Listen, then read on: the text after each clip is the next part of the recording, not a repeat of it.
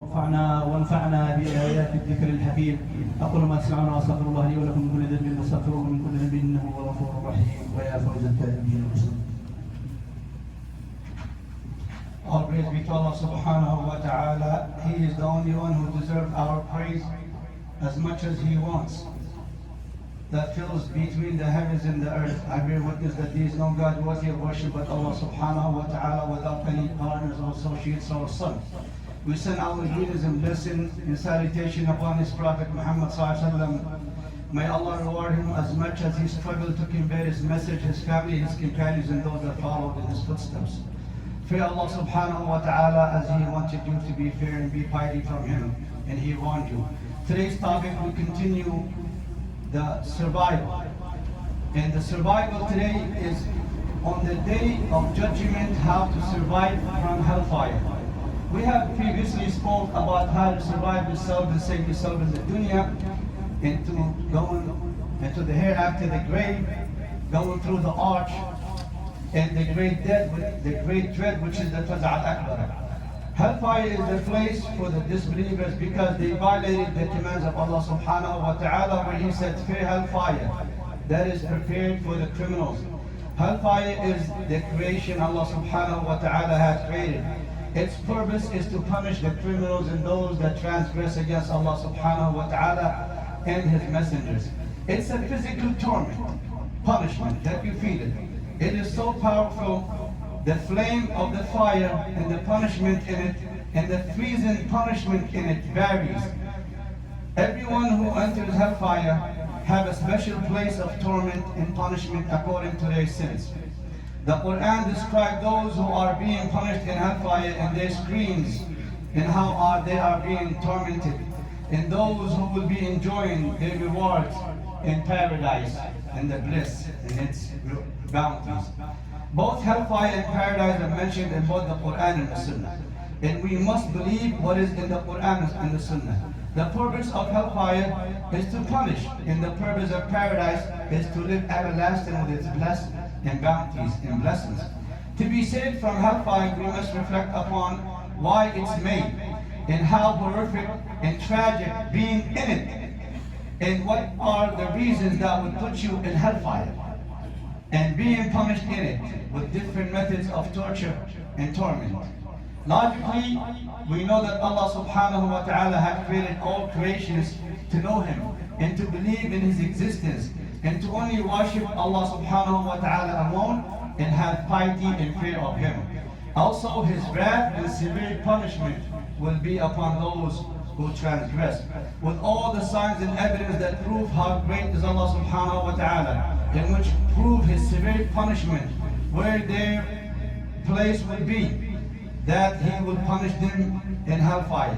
As it was mentioned and described in the Quran, its punishment is so severe that you will eat trees of a zaqqum and trees of thorns and drink boiling water and chains and neck braces made of metals in hellfire, and so on, from different types of punishment, like how dark it is in hellfire. While Allah subhanahu wa ta'ala warned those who will disobey Him with torment in hellfire, He also promised those who will obey Him and fear Him with paradise. Only Allah subhanahu wa ta'ala will save you from hellfire if you obey His command and seek to please His pleasures. As for the Prophet and messengers and the righteous men, they always called people to save themselves from hellfire, and that was their message and duty. Nothing will intercede to save a disbeliever, no matter how great is their status.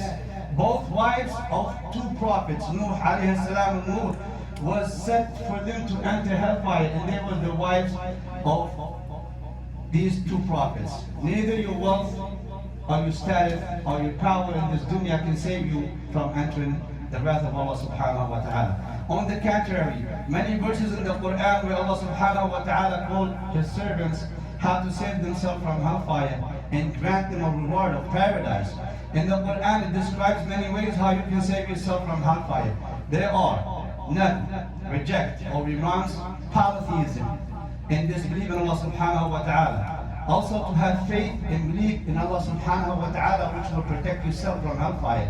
Sincere belief, full submission to Allah subhanahu wa ta'ala devotedly.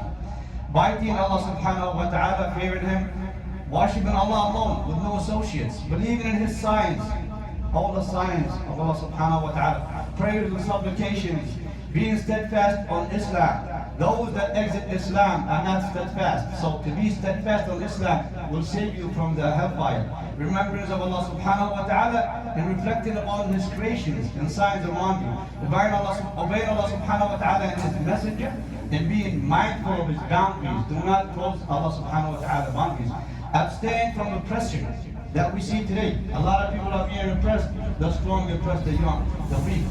Do not commit any criminal act like debauchery, which is a fist, or extravagance like an israf. Abstain from hypocrisy. We see a lot today. Do not be an enemy of Allah subhanahu wa ta'ala or His messenger, or oppose Allah subhanahu wa ta'ala and His messenger.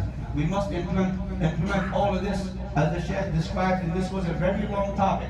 How to save yourself in the dunya. While we still now in this dunya practice all of this, wa jazakumullah khair, and do not forget your brothers and sisters in the rest of the Muslim world.